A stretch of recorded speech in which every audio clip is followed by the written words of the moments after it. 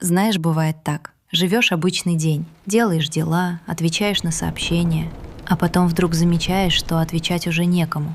Никто не пишет просто так, никто не зовет погулять, никто не спрашивает, как прошел день.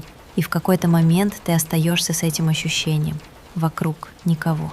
Не обязательно в слезах или в истерике, просто пусто. Как будто все разошлись по своим жизням, а ты осталась стоять на месте. И вот тут у многих из нас начинается паника. Мы начинаем думать, что я сделал не так, почему все ушли, как теперь жить. А на самом деле этот момент один из самых честных в жизни. Потому что именно когда рядом никого нет, ты наконец-то видишь себя без прикрас, без чужих глаз, без чужих ожиданий, только ты и ты. Это не только про девушек. Парни тоже проходят через это. Просто они чаще молчат, злятся, пьют, уходят в работу, в зал, в игры до утра. Но внутри то же самое, та же пустота, то же ощущение, что ты один против всего мира. Я хочу сегодня поговорить именно об этом. Не о том, как срочно найти новых людей или стать круче, чтобы тебя любили, а о том, как взять это одиночество и сделать из него свою силу. Чтобы потом, когда люди вернутся, а они часто возвращаются, ты уже был не тем, кто ждет спасения, а тем, кто сам себя спас. Мы пройдем 5 простых, но реальных шагов. Я не буду заставлять тебя ничего повторять вслух или делать прямо сейчас. Просто послушай. А если что-то зацепит, напиши в комментариях. Мне правда интересно, что ты думаешь. И многим людям будет легче, когда они увидят, что они не одни в этом. Первый шаг — просто признать: я сейчас один. Не, это временно, не скоро все изменится. Не, если я стану идеальным, меня не оставят. А честно, да, сейчас я один. И это факт моей жизни на данный момент. Когда я сама дошла до этого признания, сначала было очень больно, как будто я сдалась. Но через пару дней пришло другое чувство. Я вдруг поняла, если я больше не жду, что кто-то придет и заполнит эту пустоту, значит, я перестаю тратить силы на ожидания, перестаю злиться на тех, кто ушел, перестаю винить себя, что не удержал. Вся энергия, которая раньше уходила на «почему они», когда вернутся, что со мной не так, вдруг вернулась ко мне, и я подумала: ну все, теперь я сам себе опора. Это не значит, что людей никогда больше не будет рядом. Они могут появиться. Но когда ты перестаешь на это ставить всю свою жизнь, ты перестаешь быть в зависимости. И это огромная разница. Представь, ты больше не тратишь вечера на проверку сообщений, не ждешь звонка, который не придет, не анализируешь каждое слово, которое тебе сказали месяц назад. Ты просто живешь свой день, и в этом есть свобода. И вот что я часто ловлю себя на мысли в такие моменты, когда вокруг тихо, мозг как будто просыпается. Нет чужого шума, и вдруг ты слышишь свои собственные желания гораздо громче. Некоторые ученые говорят, что в нейронах происходят интересные вещи. Разум как будто видит больше вариантов, находит решения, которые раньше прятались за суетой. Для меня это звучит так: одиночество — это не наказание. Это время, когда ты можешь наконец-то услышать себя настоящего. Не того, которого все хотят видеть, а того, который всегда был внутри. Попробуй сегодня просто подумать об этом без осуждения. Да, я сейчас один, и это нормально. Это даже мой шанс. Что ты чувствуешь, когда говоришь себе эту фразу? Напиши в комментариях хоть одно слово или предложение. Облегчение, страшно злюсь, наконец-то. Мне важно знать. И если хочешь продолжать такой разговор, ставь лайк и подписывайся. Я здесь, чтобы идти дальше вместе. А теперь, когда мы уже приняли это одиночество и перестали от него убегать, появляется место для чего-то нового, для дисциплины. Но давай сразу честно, когда я слышу слово «дисциплина», у меня раньше все внутри сжималось. Казалось, что это про надо себя заставлять, про ранние подъемы через силу, про «не хочу, но надо».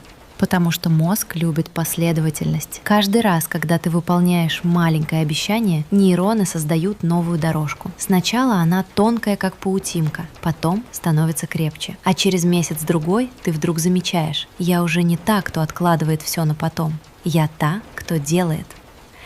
И вот что я часто ловлю себя на мысли. Вчерашний день уже прошел. Он умер. Там ничего нет, кроме воспоминаний, которые мы можем отпустить. Завтрашний день еще не родился. Он родится только из того, что мы сделаем сегодня, здесь и сейчас. Когда ты каждый день выбираешь маленькое действие, ты перепрошиваешь свой мозг. Ты не ждешь, пока мир изменится. Ты меняешь его своими руками, своими мыслями, своими повторяющимися выборами. Твои ежедневные ритуалы — это способ сказать: я выбираю вот этот вариант будущего. Не тот, где я страдал, а новый. Я сама это проходила. После того, как несколько близких людей исчезли из моей жизни, я чувствовала себя как в тумане. Все плыло. Но потом я начала с одной вещи. Каждое утро 5 минут дыхания с закрытыми глазами. Просто дышать и говорить себе: «Я здесь, я жива, я выбираю этот день». Через 2 недели я уже не могла пропустить это, потому что мозг привык. Это теперь часть меня. И постепенно пустота начала заполняться не людьми, а мной самой. А теперь вопрос к тебе. Что маленькое ты мог бы начать делать каждый день,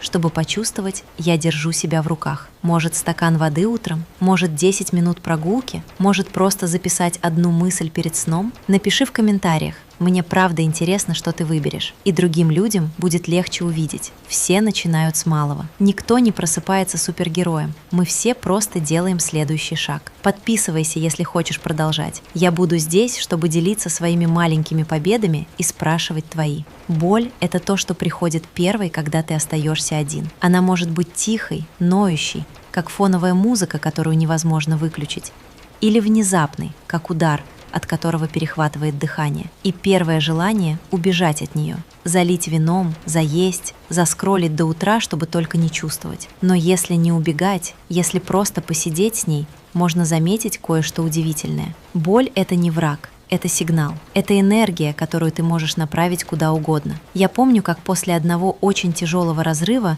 я сидела на кухне и просто плакала. Некрасиво, не кинематографично. Просто слезы текли, и я думала: зачем это все? Зачем я вообще стараюсь? А потом вдруг подумала: а что, если эта боль не конец? Что, если она начало чего-то? И начала делать то, что раньше никогда не делала. Когда хотелось лечь и не вставать, я вставала и шла на улицу. Когда хотелось написать бывшему, я писала в дневник. Когда хотелось кричать, я кричала в подушку. И постепенно эта энергия, которая раньше разрушала меня, начала строить. Потому что боль — это топливо. Она показывает, что тебе не все равно. Если бы тебе было все равно, ты бы не чувствовала ничего. А раз чувствуешь, значит, внутри еще живет желание жить по-другому. И вот здесь снова про мозг. Когда ты направляешь боль в действие, ты создаешь новые нейронные связи. Вместо петли страдания, вспоминания и снова страдания еще сильнее — ты строишь петлю. Я чувствую боль, делаю шаг, чувствую себя сильнее. Это перепрошивка. Ты буквально меняешь мозг здесь и сейчас. Вчерашний день умер, там уже ничего нет. Полгода назад тоже мертвое. Ты не можешь вернуться и изменить то, что было, но ты можешь изменить то, что делаешь сегодня. И тогда завтрашний день родится другим. Не тем, где ты жертва, а тем, где ты та, кто выбрала себя. Я знаю, как это тяжело. Я знаю, как хочется сказать: да ну, завтра начну. Но если не сегодня,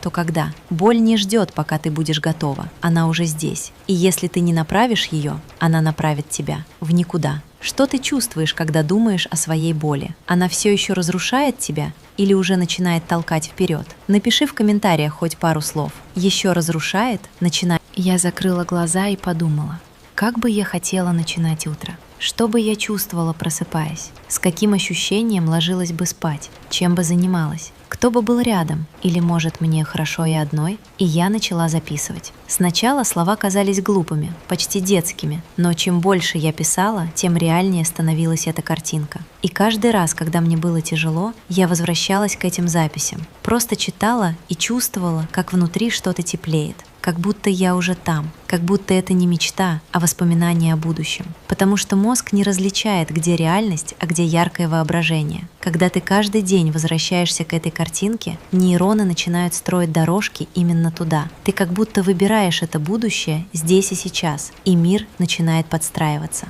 Я сама это видела. Когда я начала жить с этой картинкой, маленькие вещи начали происходить. Я стала замечать возможности, которые раньше не видела. Я стала делать шаги, которые раньше казались невозможными. Не потому, что мир вдруг стал добрее, а потому что я стала смотреть на него другими глазами. А теперь попробуй ты. Сегодня вечером просто сядь на 5 минут и подумай, как бы я хотел чувствовать себя через год. Не что иметь, а как чувствовать. Спокойным, сильным, свободным, любимым собой в первую очередь. Запиши это, хоть пару предложений, и возвращайся к этим словам каждый раз, когда станет тяжело. Что ты увидел в этой картинке? Что заставило сердце биться чуть быстрее? Напиши в комментариях хоть одно предложение. Мне правда интересно, о чем ты мечтаешь. И другим людям будет тепло увидеть, что все мы мечтаем о чем-то похожем. Подписывайся, если хочешь продолжать, мы идем дальше вместе. А теперь последний шаг – действие. Потому что видение – это красиво, но без действия оно остается картинкой в голове, а нам нужно, чтобы оно стало жизнью.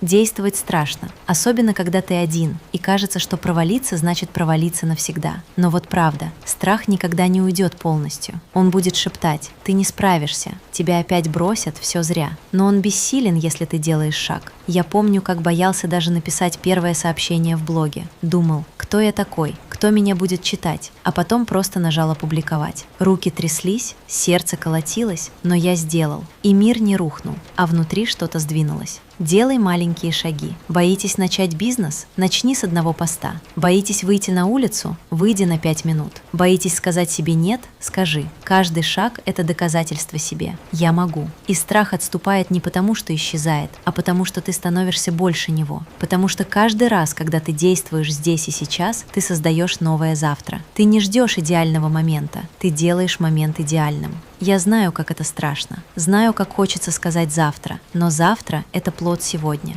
Что маленький шаг ты можешь сделать прямо завтра? Напиши в комментариях, мне важно знать, и другим людям будет легче увидеть. Все боятся, но все могут сделать шаг. Подписывайся, если хочешь продолжать этот разговор, потому что мы не одни, мы просто учимся быть вместе с собой, и это самое сильное, что может быть. Спасибо, что был со мной сегодня. Я верю в тебя. До следующего раза. Обнимаю тебя крепко.